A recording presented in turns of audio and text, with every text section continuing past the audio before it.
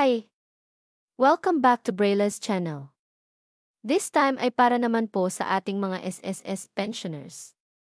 Alam ko pong marami ang nag-aabang kung mapapaaga ba ang pag-release ng kanilang pension this month of September 2024. At sa mga magsasubmit na ng kanilang AKOP compliance this September ay atin ding ibabahagi sa inyo, kaya panoorin niyo po ang buong detalye. But first, before po tayo mag-start sa ating topic, kung bago lang po kayo sa aking channel, please do kindly subscribe, like, and share na din sa ating mga kaibigan, kaanak, kapwa natin SSS pensioners o sa ating mga social media accounts para marami po tayong mabigyan ng kaalaman at iba pang impormasyon. With no further ado, let's begin na po sa ating topic.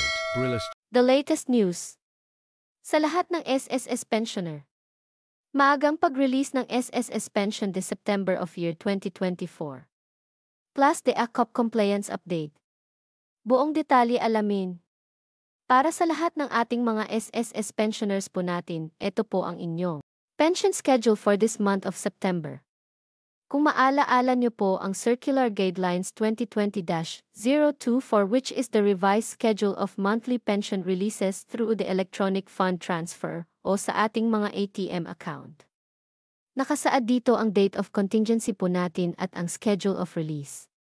Kung kayo po ay under sa batch 1 o yung birthday o kamatayan ay nasa buwan ng September, ang lahat ng first batch ay makukuha ang kanilang pension every first of the month.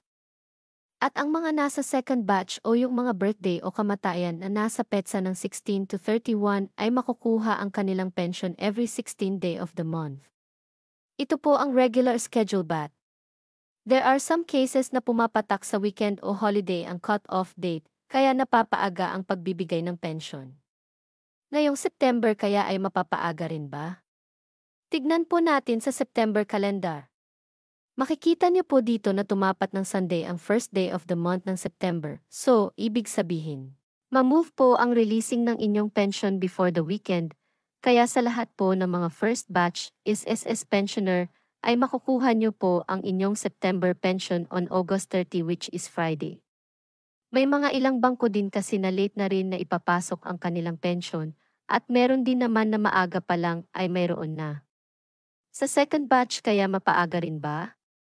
Tignan po ulit natin sa kalendar.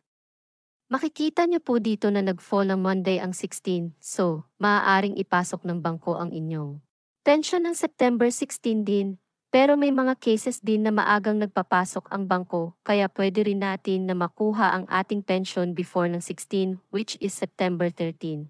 Kaya abang lang po tayo sa mga latest update ng bangko. Ang importante naman ay makuha natin at hindi ma-hold ang ating pension. Sa mga nagtatanong pa rin patungkol sa contingency, ano nga ba ang ibig sabihin nito?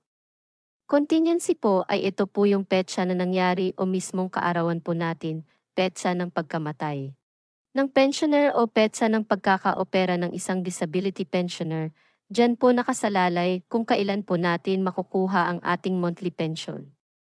Halimbawa kung ang birthday po natin ay March 2, tayo po ay mapapabilang sa first batch of contingency. At kung halimbawa ay nasa March 20 ang ating birthday o pagkakamatay ng ating asawa, ay nasa second batch po tayo mapapabilang. Pagdating naman po sa pag-comply ng ating SSS AKOP, kung ngayong September po ang ating contingency ay dapat na po tayong mag-submit ng ating AKOP. Para sa mga retirement pensioner po na ang birthday ay ngayong September at kayo po ay nasa edad na ng 85 pataas ay kasama na po kayong magsasubmit ng inyong AKOP. At kung kayo naman po ay isang survivorship pensioner o di kaya ay isang dependent pensioner, ang pagbabasehan po natin dito ay ang pagkamatay ng inyong asawa. Kaya kung September po siya namatay ay kailangan nyo na rin pong mag-submit ng AKOP compliance. At ang panghuli po natin ay ang para sa mga disability pensioner, ang pagbabasehan po dito ay ang petsa ng inyong operation o di kaya kung kailan po natapos ang inyong sickness. Kung halimbawa September po kayo na operahan noon ay kailangan nyo na pong mag-submit din ng inyong AKOP compliance. May mga videos po tayo na ginawa para makatulong po sa mga nahihirapan makapag-comply ng kanilang AKOP. Ilan lang po yan sa mga naibahagi po natin at pwede nyo po i-check sa description ang lahat ng link ng bawat video para makatulong po. That's it. Congrats po in advance sa ating mga SSS pensioners na makakuha ng advance pension. At sa mga magsasubmit po ngayon ng inyong AKOP compliance, gawin nyo na po ng maaga para hindi mo maantala ang inyong pension dahil mas mahirap kung tayo po ay ma-hold.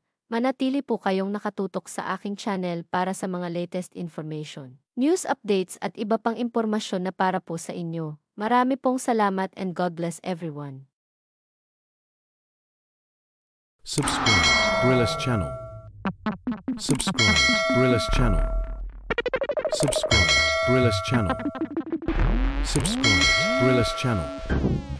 Subscribe Brillis channel.